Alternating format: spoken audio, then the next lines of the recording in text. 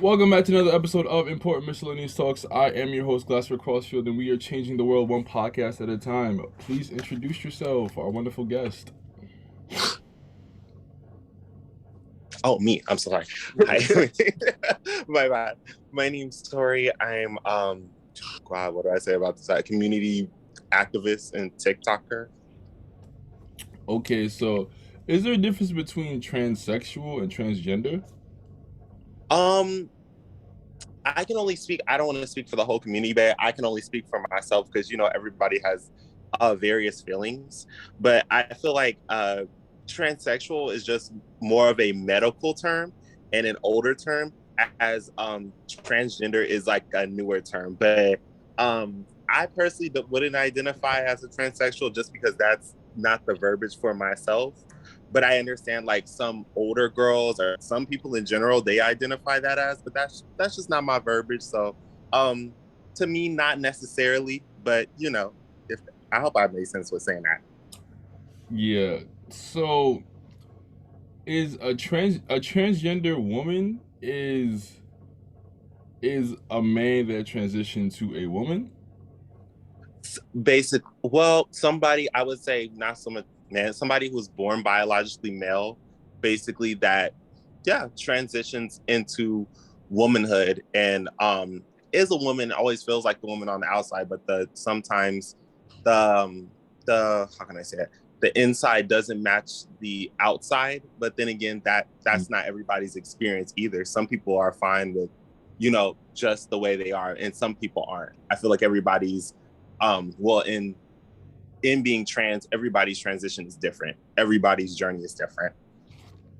You said the inside doesn't feel like the outside. So in regards to you, when did you feel that, or when did you initially feel that, and when did you make that change?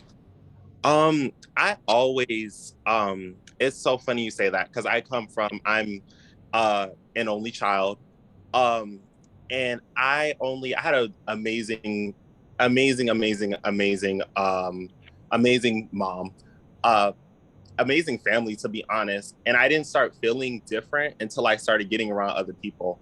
And I feel like that's kind of anybody's experience when you get around other people and, because other people have different things, you start to realize, like, oh, well, somebody's saying this or somebody's saying that. I don't feel like this and that. But to answer your question, I kind of didn't feel it too. I remember like maybe kindergarten, Oh wow. I noticed people would say things, and I'm a child, so you can't really read. You're still trying to, something is different, but you don't have the verbiage, at the time. But like, well, why are they saying that, or why is this and that, or this, that, and the third. I can even remember people calling me derogatory names, and it hurt, but I was like, what the fuck does that mean? And kind of moving on. And it's sad to like look back at it as an adult and as a grown person. But yeah, I'll say as kindergarten, I can remember really feeling it. I always felt it, but it really being in my face, like, oh, you're different and you gonna feel it, especially in public school. So yeah. Interesting. If any of the questions sound offensive, I apologize. I'm using this as a learning experience, so if the wording is off, just let me know. Absolutely. It's no problem. And that's what we're here for, to learn from each other. Exactly. Do you have the biological parts of a man? Do I have, yes, I have bottom surgery? No, I do not. Not as yet. Oh, Oh, so that's something you plan on doing? Eventually, but that's another thing too, not to go off, but that's another thing too. That's not every trans woman's journey or experience too. Some trans women feel like it's not necessary. Some feel like, I feel like for me personally, that's something I do really want in the future, the soon future. But I know that that's not how everybody feels about it. And I know too, sometimes going into that, you may have, there's lots of, well, there's risk with everything, but there's lots of risk and stuff like that. So it kind of keeps people like, maybe I don't want that. But again, everybody's different. do you do you go through a cycle? What do you mean? Like The a menstrual? menstrual cycle? Yeah. No, no, trans people, you'll experience with being on hormones, you'll experience like kind of period symptoms. Like you'll have you'll experience things like sometimes cramps and that's just from being on hormones and normal stuff. But as far as like menstruation and bleeding and like no, because you don't have when you menstruate, basically your what is it? Your ovary lining, or if you had ovaries, your ovary lining is shedding, like to basically make a new one. So that's where like all the blood and stuff comes from. But trans women don't experience that. So in the cramps, yeah, but no, I wouldn't say I go through a menstrual cycle. No. Okay. What do you remember the day that you decided to transition? I wouldn't say so much decide to transition, but like live my truth. Um, yeah, because it was like, oh my God, that's a great question. Thank you. It was around like, was I like, I was actually 12. I was like 12 or 13. Wow. And I was, keep in mind, I was scared shitless because beforehand I had watched like a lot of, at the time I had watched a lot of documentaries about like LGBT folk and trans people. And the conclusion I came to, like, oh fuck, I'm gonna be kicked out and be like homeless. So like I was getting my shit together. I was calling homeless shelters. I was like finding resources because I was scared. I said, oh fuck, I'm like really about to be out here on the streets. Like we're gonna be all homeless. And so I was paranoid. Even though I knew my mom loved me, I know how this world could be. I know how this world could be. But it's so crazy to think because other family members, when I really think back, they would fucking never. They would really, if my mom really would have kicked me out, they'd be ready to jump her. But I like basically I was like planning all of this stuff ahead and I was like, okay, God. I was just praying hard and all these things. And it's so crazy because I was like, okay, I'm eventually gonna tell her like usually like during this time, like one day out of the week, like we'll say like a Sunday, me and my mom spend time together. She always one day out of the week where we like spend time together and we'll do something together because she busts her ass. She works a lot. She was LPN and now she's like a baby doctor. So I forgot what that's called exactly. But anyways, we're at Sonic. So like we're like chilling at Sonic and we're just like we're in the car because you know it's like the little car drive thing and we're talking. And she's like, can I ask you something? And she's like, yeah. And I was like, yeah. And I swear I didn't know. She's like, do you ever feel different on the inside? And I was like, oh fuck. I was like, she knows. I was like, literally, when I tell you, I was like, oh fuck, it's over. She's about to fucking kick me out the car. I said, fuck, I don't even got my fucking bag I prepared for being homeless. I'm gonna just be out here. But she's like, yeah, she was like, and I just like paused and I glanced at her and I was like, yeah, I really do. And she's like, yeah, you know, like feeling like you kind of were born in the wrong body, maybe. I was like, yeah. And then, like, I'll never forget it. She literally grabbed my hands and she was like, I want you to know I love you and God loves you and you're my child and I'm always going to love you.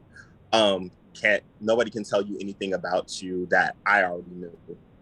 I was just kind of waiting for you to tell, but to be honest, I got impatient and that's why I'm asking you this now. But she's like, I just want you to know I know and I love you and I accept you. And she's like, whatever challenges that like this is gonna like you're gonna face, we're gonna go through this together. And she just kept telling me I love you. So then came the fucking waterworks. Oh my God, we were like bawling. So yeah, and then after that, it was set in stone. It wasn't perfect. I think there was some kind of like, you know, boundaries with my mom understanding certain things, but like with time, that's my girl. That's my number one fan. And it's crazy because it seems like sometimes she's more knowledgeable of the community than me. And that says a lot because I do all types of community activism. So I'm blessed. I'm a blessed and I wouldn't trade it for the world. What are your thoughts on transgender people competing in women's sports? That is a great question. I feel as though I know a lot of people have like a lot of misconceptions and this, that, and the third and this thing. I feel like with the regular, a lot of people don't know that when you're a trans woman in sports, I know some people think like somebody who's more busty and what's the word I want to say? Not busty, but stronger. Somebody who's built stronger automatically gets a fair advantage. But I think they don't realize that when you're a trans woman in sports, there is a ton of regulations and things like that. They make sure that your hormone levels are the same as all the other women. Your estrogen, your what is it called? Your testosterone, they're all matching up with this same like person, so you don't have a fair advantage. And I get to people how it can look sometimes, and this, that, and the third. But I think sometimes I feel like trans women who look more masculine, which they can't help because you're born male, are more bigger, get kind of the short end of the stick in a lot of situations because like, oh, they look bigger or they look like this. So they must have some kind of unfair advantage. And well, in the sports world, it's not like that because like I said, there's a bunch of regulations and all types of things to make sure like it's a fair advantage for everybody. And even with the girl that was in the swimming competitions, nobody really realized, like, not to sound fucked up, but she lost a lot of shit. Like, she lost a lot of things to cisgender women, born women, before she won that thing. But I know everybody feels very differently about it, and some people just see things one way or the other. But that's how I feel about it. I feel like let them be great. So in the UFC, I'm not sure you heard the story. There was uh a man that transitioned to a woman, and like she was breaking other women's skulls. Like that does not normally happen when biologically born women face other biologically born women. Do would you? What are your thoughts on a transgender league itself? A transgender league, um, I wouldn't be so much against it, but I feel like also I'm kind of at the point now where I feel like um this might sound crazy, but I'm gonna say it. I feel like we kind of get to a point. When does it get to the point where it doesn't become kind of Jim Crow era-ish? Because I feel like, okay, we're gonna put these people in their own league here. We're gonna put these people in their own league there. We're gonna put these people in our own league there. I feel like there should be things, like there is some things in place, but I feel like there should be things in place to make sure that these people have a fair chance. But as far as kind of, which I feel like sometimes, which I'm sure there are some situations like that where trans people are stronger than this person, but I feel like sometimes people automatically look at no matter who the trans person is and assume that they're bigger, they're stronger, and they're better. And it's not all the case all the time, you know? Got you. So do you think there's no advantage whatsoever? In general, Yeah, in general. no, I think sometimes it all depends. I feel like people are people. Would you say Um, most times that there is no advantage? Most times there is no, I would say, yeah, no, I'll say most times. I can't really say for sure because I'm not in these leagues, but Mm. I would say most times for the simple fact is that yes, like, how can I say it? Yes, we know these people exist in these spaces, but for a fact, just for people's investment in money into these sports and the other players, I cannot see these other players. They're gonna, like, if they know somebody has an unfair advantage, they're gonna have a fit. Do you get what I'm saying? They're going to, everything that needs to be right is going to be right, so that like they feel like they're not getting beat by somebody else. So I feel like most times, because like there is regulations, there are gonna be regulations, because realistically nobody's, how can I say it? They're going to make sure that that person is at the same stature as somebody else. At least I would hope so, because nobody wants to basically be the loser all the time, you know? Mm-hmm. What? you got how Mhm. your mom took it. How did friend like keep in the circle? My friend, you broke up a little bit. You said, how did my friends take it? Yeah, how you because you had mentioned how your mother took it and it was very accepted. Well, she brought it up to you. How did you bring it up to your friends, people in your circle? How did they take it? Oh man. I always make the joke, if you ever want to know who your real friends are, just say you're trans, because it'll or say like just anything that doesn't fit into a norm, because it hurt and it sucked, but it was the greatest blessing I could have got, because I learned, I get rewarded so much from it. When I like started, because I had like, I was pretty like, I wouldn't say, well, yeah, popular. I was pretty popular, and I had all these people, and I didn't really know who my real friends were, and I wasn't. I was young and I was stupid. I thought all these people around me like were for my best interests. Like, oh, everybody's my friend and everybody wants to be your friend, and that's not the case. You have to watch the company around you and the people you keep around you. But I was hard headed. But this brought in situation basically brought everything to a halt. But I'm sorry, to answer your question. Um, most of my I luckily I had a good handful of friends who like they knew it was obvious. They were just waiting for me, like, oh, Tori, we knew that, blah blah blah. And other friends who knew, who I haven't felt like they knew, but they were like, oh, you didn't said it, so you didn't validate it, so I'm not rocking with you no more.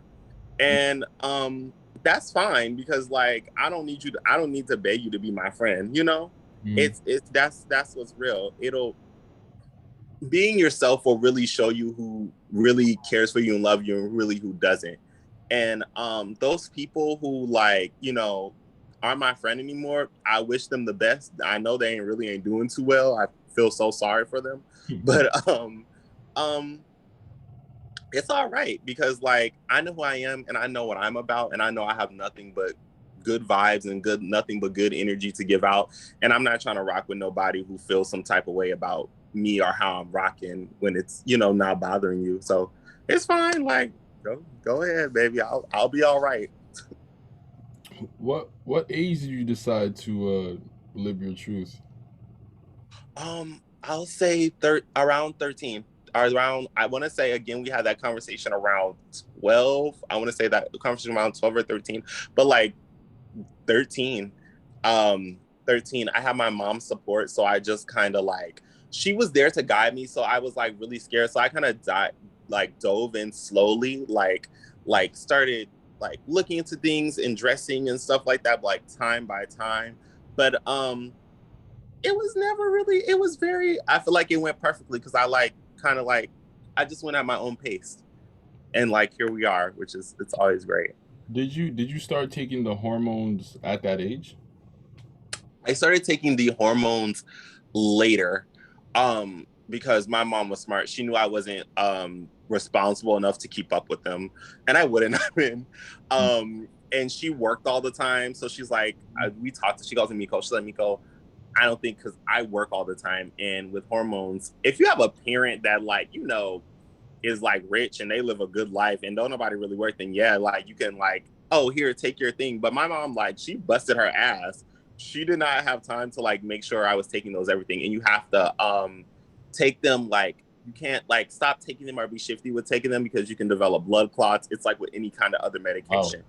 You got to make sure like that you're somebody's there, especially when you're younger, monitoring you. As long as somebody's there monitoring, you're fine. But I didn't start taking hormones till I was like I was 17.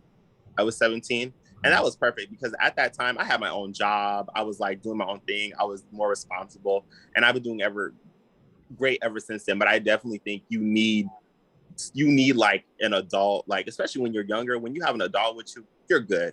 Adult that cares with you, you're absolutely good. But when you're younger, it can be rough. I have, homegirls, sadly, who like got kicked out on the streets. And sadly, the elders in their community, sadly, who are around them on the streets, they didn't know much. So they were just taking hormones and, popping stuff like that, because they didn't really have nobody to watch them. And now they're in their, later in life, and they kind of have, complications and stuff like that, manageable things. but you know, things that could have been prevented if they had somebody, you know, monitoring them and making sure things was right, and not just, you know, getting hormones, you know, from people off the street, or like, you know, dealers and stuff like that, because there are like hormone drug dealers basically. So yeah. Wow. Yeah. No, a lot of times before we kind of have got into this space where trans people, you know, are talked about in a human space. If we go back to the 70s, the 60s, and the 80s, that was kind of like unheard of, because, you know, a lot of people didn't know about, we existed, but nobody really cared. And if they did find out, they looked at you as like a freak of nature, sadly. So like back in those days, you had to get like hormones on the low or stuff like that, or black market and stuff like that, because there was barely, I want to say the only doctor I can think of that I've heard from back then, there was like one doctor in New York who was working with like hormone therapy. Everything else you had to like basically black market and find, you know, figure it out, which is sad and unfortunate. How's the dating scene for you? Is Uh, is it increasingly difficult? You know what? I am very privileged, because dating for me, it hasn't always been the best, but it hasn't been as shitty. But I feel like whether you're trans, cis, or indifferent, dating is just a fucking shit show as a whole. It is. It is. It what, is. what what gender are you attracted to? Oh, I'm attracted to men. I'm attracted to men. I kind of call myself pansexual sometimes, because I find myself attracted to masculine studs, but I feel like that's just the masculinity. So it's like, Okay. Do you have you found on the frequent basis some men to be, you know, secretive about their, you know, oh yeah, oh wow. it absolutely, because I feel like, Regularity? huh? With regularity? Like regular, like bumping into Yeah, people who, yeah, is it common that you find these people? oh, absolutely. Absolutely. It's extremely common, because a lot of times when I first started, how can I say it? When I first started going on, now as a grown woman, I have a lot more love for myself, and I know what I will accept and what I won't accept. But when you're like 18, I was like, I started dating at like, no, I started dating as soon as I got into college. So we'll like say like 19, 20. And at the time, I felt like that's what I deserved, because I'm trans. So you better take, you know, you kind of have the mentality, you better take what you can get. Now, as a grown woman, I'm 24, I know better. But back then, I didn't know. And you ran into them all the time. And it's like, you know, well, my family and this and that and this thing. And I kind of get it, because I feel like I get it, but I kind of roll my eyes sometimes, because I I feel like for men, especially black, like, well, I wouldn't even say black men, but men of color, I feel like there's such a stigma in those communities. Hmm. Uh, that third, and they don't want to be labeled as something, of course. But as soon as you know, go out into the world, you get this title, and then people treat you like shit. And I feel like they're not, when you live your truth for a long time, you're used to that shit. I know how to handle myself if somebody comes at me crazy. I know how to handle myself if someone like says some shit about me. It falls off my back, because I'm strong like that. But when you live in a space of comfortability, even even though being a black male in society is not very comfortable, but even as a comfortability, as like you're still a cis, you're looked at as a cis straight man in society. There's still a comfortability to that. So I can imagine like, wow, like it's kind of fucked up, because like, well, I'm already a black man, and now I don't even have this space of comfortability. But I feel at the same in the same thing too. I am a black trans woman, and I walk out of my door with my head held high every day. Not only because I'm proud of who I am, because I have no other option. Because when people are like, sometimes they're like vultures. They feed off of insecurity and weakness, and they're predators. Hmm. They're predators. You have to. I cannot be myself and walk out with my head held high. I have to. As many of us as us do, as we're all black, as people of color, we have to. It's no other option. Because when people see you sweat, that's when they're vultures. They start coming. It's like they see a dead body. Oh, let me start picking at this bitch because she's weak. You're not gonna do it to me. And if you are, I'm gonna let you have it. But to answer your, sorry, I went off again, but to answer your question, it's very common. It's very common. And I do feel bad. I really do feel bad in a sense, but I feel like in sometimes too, um, you gotta, you gotta kind of, you gotta live your truth sometimes. It's not gonna be easy. No one said it's gonna be, but you gotta kind of like fuck, you gotta live your truth some, at least at some time. But you know, some people don't feel like that. They feel like they're just gonna, you know, live in secret forever. But I feel like that shit eats on you on the inside. But I know everybody feels different. But I'm sorry, to answer your question, absolutely, absolutely, it's very common. Do you feel as though that someone who's trans is obligated to let someone know who they're dating that they are? Because I hear some people don't feel like they have to, or they should just be able to Yeah. figure it out. Um, I well, figure it out. It's kind of fucked up, but I think that's kind of like damn, like you're just that's kind of like oh, you should read my mind. But no, I feel like personally, if for me personally, well, I feel like people it goes very people saying that I'm visibly trans. Some people say I'm not. I feel like I'm visibly trans, but even before like I met my amazing warrior friend, for me personally, I always let people know. I always let people know because I feel as though um I'm not going to put myself in a situation to get hurt physically or mentally or anything like that. It's no point. Um, as far as like, I could even give people sometimes grace and say like, on the first date, if you don't want to bust out with that, yeah. But if you're, I feel like it's different when you're getting intimate with somebody, kissing and doing the diddly do and all those things. Absolutely, you should tell somebody, and I don't see why you wouldn't because that's going to be kind of a wacky situation if y'all get to kissing and hugging, and then he finds out your equipment might be the same as his, and then come on now, like that's not to say it like that, but that's a touchy. That's like gonna be it's gonna be like a problem. So, and most girls I know don't move or rock like that. I know the girls in the past had to move and rock like that because it was like there was no room to be yourself. It was you either live this like self life and you hope somebody like once they find out they still love you. You know, but I feel like honesty is the best policy. Transparency gets you where you need to go. And like how can I say it? Not being not being honest from the gate, it just it's pointless because I feel like I'm not say I'm old, but like I'm 24. Like I love my boyfriend, but I couldn't imagine me being 24 and me like sliding around the fact of who I am. I am who I am, and you're either gonna rock with it or you're not. And if you're not gonna rock with it, that's cool. So I can move the fuck on and go about my day.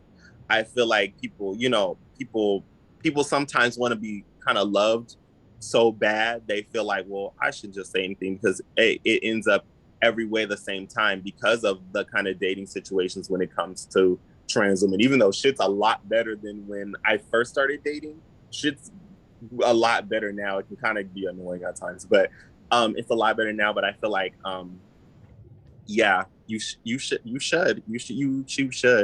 I feel like nobody needs to scream it down the street or nothing like that. But when you start dating somebody, like I said, not on the first date, start dating somebody really intensely before you get intimate or before that happens, you absolutely should. But as far as strangers and y'all just go on one date or no, I don't feel like you don't owe nobody nothing. But if you really into somebody and they into you, absolutely.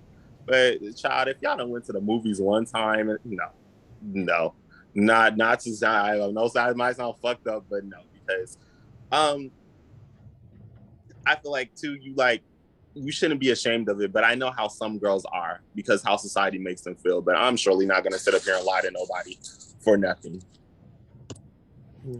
Got you. So, you said you're in a relationship. So, is your boyfriend a straight or a stud or trans as well? My boyfriend's a straight cis man. He's a straight cis man. Interesting. So would he define as a pansexual? Probably I should say more. So he would have defined himself as pan because that fits more into the spectrum. Interesting. Wow. Sorry.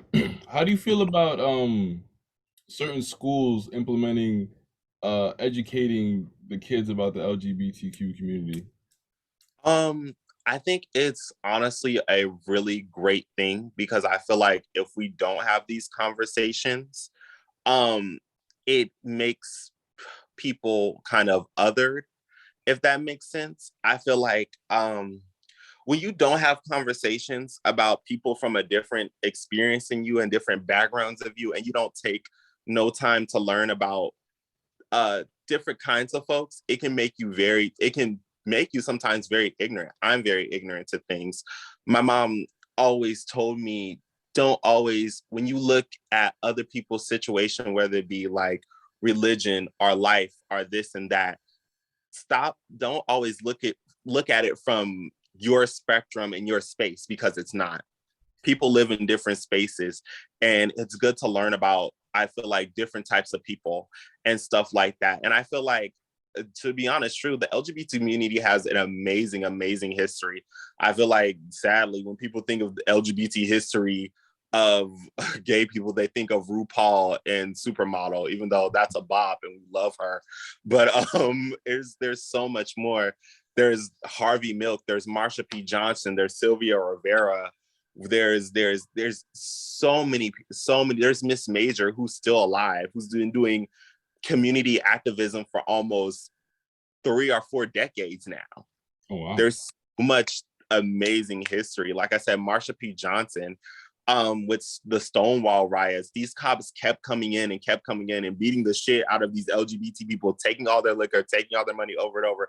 And she was brave enough to throw a brick at their ass and was like, I'm fucking tired of this shit. And, start creating change. And her and Sylvia Rivera are the reason what we know as like Pride today. And started like a revolution for acceptance. There's so much, I feel like, great history. And I feel like sometimes I know parents will look at it like, oh my God, you're going to teach my kids, because I feel like they sexualize LGBT people a lot. They're like, oh, you're going to teach my kids about being a bottom or this, that, and the third. That's crazy. Yeah, all these things. And it's like, no, it's like, we really have history. But I know I understand them too. And I don't blame them, because they probably don't know that. They don't know who Marsha P. Johnson is. They don't know who Sylvia Rivera is. They don't know a lot of them don't know anything out of LGBT people besides the guy in Friday saying $40. And that's sadly what's real. So they have all these preconceived notions about like what they're going to be teaching the kids. And it's like, no, we really do have like an amazing history and amazing things, and not just whatever perverted things y'all done seen on Jerry Springer you think it's going to teach to the kids. Because that's to be honest with you, I'm so sadly, that's the mindset they have. That's the education. Because like, even with you guys, when you think about it, what was your first image of like an LGBT person or a trans person or this and that and the third? I'm sure it wasn't like no positive, like, oh, they work at the mall or something like that. It was probably Jerry Springer or Maury or some kind of clownery or some kind of buffoonery. And that's the kind of, that's the experience, I'm sure a lot of these parents have. So of course they're like, oh my God, like this is this and that. And it's like, no, we have great history, we really do. But even though I feel like I get their feelings, even though I feel like it absolutely should be fair, but I understand, because that's probably all they know. That's all they know. What do you think is the biggest misconception from the transgender community? The biggest misconception, that we have some kind of masterclass agenda. I can literally barely to remember to brush my hair every day. And it's funny how people think like the LGBT people like have this agenda. And it's sad to say, we can barely get along in our own community sometimes. Barely. Like, it is. Oh no, you would think like, I know, TV and them tries to put on like, oh, the LGBT community is just this one big happy family and we just all at Pride, living our life and sharing rainbow. No, there's a lot of bias, racism, toxic masculinity, toxic traits, fat phobia, prejudice. It's a lot. It's not any different from any other community. Our community has a lot of problems. It's not perfect. I know, like, you know, the ads on the TV and these try to make it seem like that, but it's absolutely not. There's a lot of, just like in any community, there's great people and there's really fucked up, shitty people. And that's what's real. So I feel like the biggest misconception is that, like, oh, they have an agenda and a plan by we can barely fucking get along. It's a blessing that we've got the things that we have gotten so far.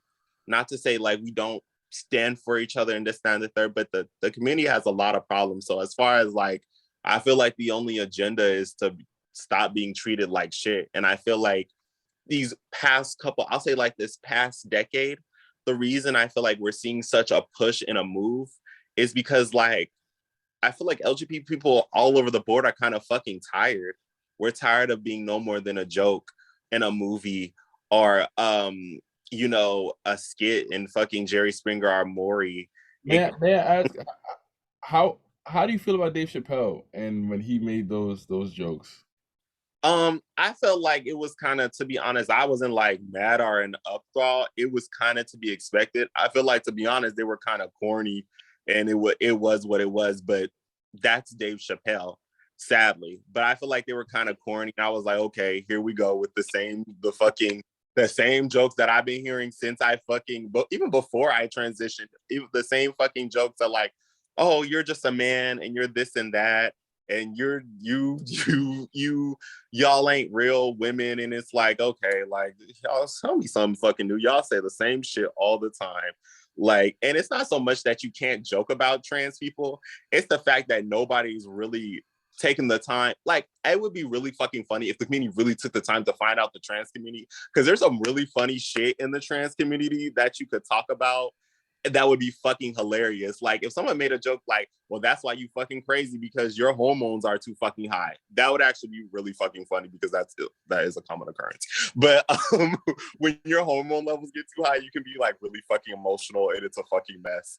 I literally cried because I saw a fly die one day. It was a mess, but I was having a bad day anyway that day. But yeah, it was bad, but that's what's real. But I don't hate Dave Chappelle.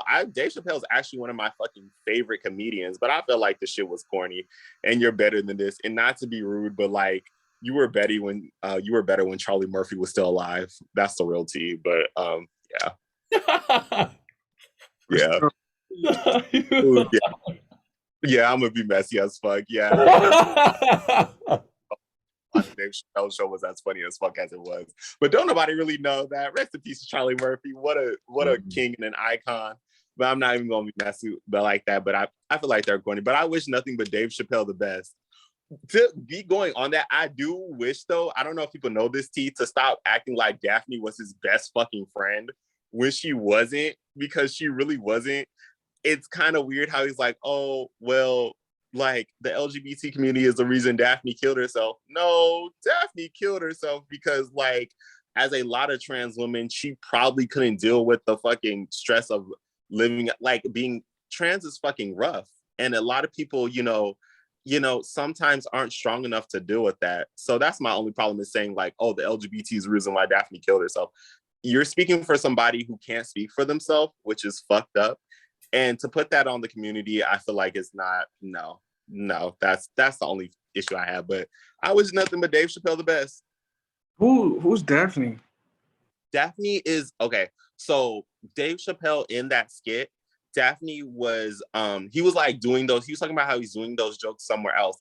And Daphne was like laughing so hard. He's like, oh, wow, you're trans and you're laughing at like low-key my corny ass transphobic jokes. Like, let's be best friends. So Daphne was also a comedian. And so like Dave Chappelle make it seem like they was best buddies, but they talked that one time. And then Dave Chappelle, like, she opened for a show one time. And Daphne, like a couple months after the skit came out, or the thing came out, I want to say a couple months or sometime after, committed suicide. So then they were like, wow, like, this is so sad. And then Dave Chappelle was like, oh, y'all, he blamed the LGBT community because he felt like the LGBT community gave Daphne backlash when there were like 3, maybe 2 comments on her post saying how like she was kind of corny too. But he basically's like, oh, you're the reason why Daphne killed herself. And it was like, well, you barely even knew Daphne. You kind of were only friends with her because she laughed at your jokes. Like, and then like, he was like, that's why I gave Daphne's daughters money. And it was kind of fucked up because you didn't even know Daphne had a daughter to the funeral because you went to the funeral and then you met Daphne's daughter.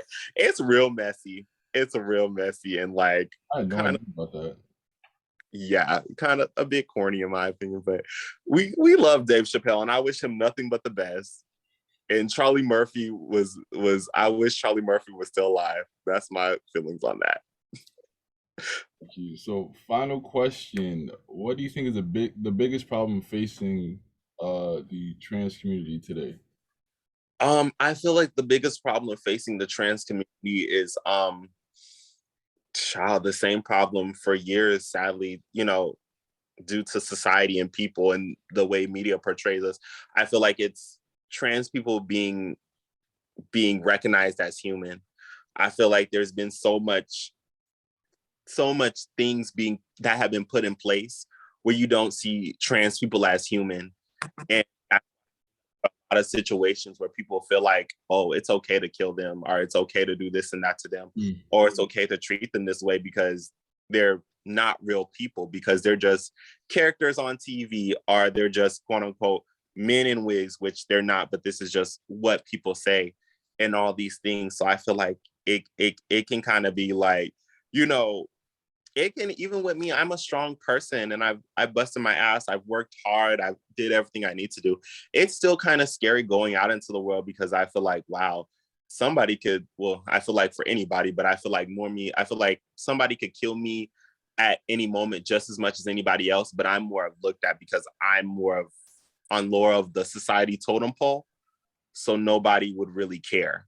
Like that's even crossed my mind. Like I said, wow, even with all I've done so much community activism, fundraising, all this, and that. I've worked for amazing organizations. And I wonder, I said, wow, if someone were like to murder me today, would anybody care? Or would I just be an article, like, and then people just go on with their lives? And it kind of makes me like, you know, sad and scared, but I realize that's what my work is. That's why I live. That's why I walk with my head up high. That's why I do all the things I do. So the person coming after me, after I'm long and gone, they can live a more comfortable life and so on and so forth, I hope. But I think trans people being viewed as human and not these caricatures or something funny on TV is I feel like that's the biggest thing. Absolutely. That's deep, man. Because Prince and I always talk about, you know, I don't want a death that you can scroll past. And I never thought from that perspective, like someone like just simply will might care less because you are trans. That's crazy. Yeah, that's crazy to think about. Yeah. Well, that's all I have for you today. Thank you so much. You have been a wonderful guest. Thank you for educating me. No problem. Thank y'all. I appreciate y'all. And I really appreciate you guys for being listening, because I know I can go on and on and on, but I really appreciate y'all. Thank you for inviting me on. Appreciate you for speaking. Thank you.